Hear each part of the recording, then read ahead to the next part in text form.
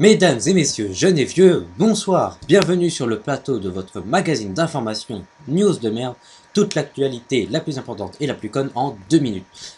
Petite rectification avant de commencer, la semaine dernière j'avais affirmé que la vedette Jackie Ubishman Kratibura Poet était un vieux philosophe guadeloupéen grand et gras, alors qu'en réalité il s'agit d'une jeune mathématicienne hongroise naine et anorexique, une petite erreur subtile mais que je me devais tout de même de corriger. Dans l'actualité d'aujourd'hui, nous commençons par un fait divers.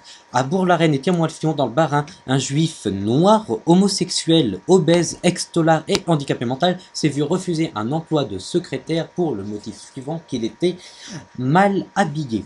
L'homme en question a porté plainte pour discrimination vestimentaire. Politique maintenant. Le président de la République Nicolas Sarkozy a annoncé ce matin que l'âge de départ légal à la retraite serait bel et bien reporté, et oui, on va devoir travailler plus. Selon lui, les personnes ayant un métier difficile devront travailler jusqu'à 61 ans, les commerçants devront travailler jusqu'à 62 ans, et les fonctionnaires devront travailler. Les fonctionnaires en question ont tenu à faire grève aujourd'hui, exceptionnellement, afin de faire connaître leur mécontentement. Pas content, pas content, ont-ils crié. Ils étaient 1 million selon la CGT, 3 douzaines selon la police, à manifester dans les rues de Paris ce matin, et Martine Aubry a tenu à leur apporter des messages de soutien. Elle leur a dit « Je vous ai compris », avant d'ajouter, apparemment en forme sur le plan des citations, « On a perdu une bataille, mais on n'a pas perdu d'autres batailles », fin de citation.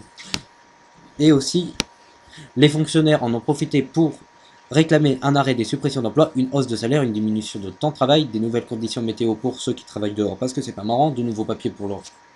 Ah, et excusez-moi, ma fiche s'arrête là. Mais sachez cependant que vous pouvez retrouver toutes les revendications des fonctionnaires dans l'ouvrage que je vous présente dans la collection Livres de poche. Drame maintenant, c'est une funeste nouvelle que nous apprenons.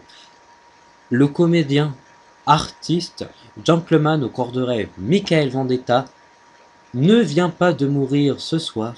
Celui qui a récemment gagné le grand concours d'intelligence La Ferme Célébrité en Afrique n'est pas mort. Double drame, s'il ne se montrait pas jusqu'alors, c'est qu'il était apparemment en train d'écrire un film. Des centaines de milliers de personnes attristées par cette tragédie ont observé 2 heures de silence un peu partout en France, et je vous invite à en faire de même, mais pas tout de suite, on n'a pas le temps. Précision météo maintenant, le temps de demain sera, je vous l'affirme, catastrophique. Les nuages ont semé le vent, du coup nous récoltons un temps de merde, je vous en donne pour preuve. À Strasbourg par exemple, il pleuvra des cordes grosses comme des saucisses, à Cambrai presque rien, une bêtise, mais suffisamment de grêlons de la taille d'un macaron pour faire des dégâts. Agen pourra elle aussi faire un régime de pluie. À Dijon également, le temps sera très épicé. Seul Nice sera épargné. Les Anglais et autres touristes pourront donc faire une balade sous le soleil. Que d'eau, ou presque. En tous les cas, dans l'ensemble, cela sera un sale temps pour les étoiles et pour dormir à la belle grenouille.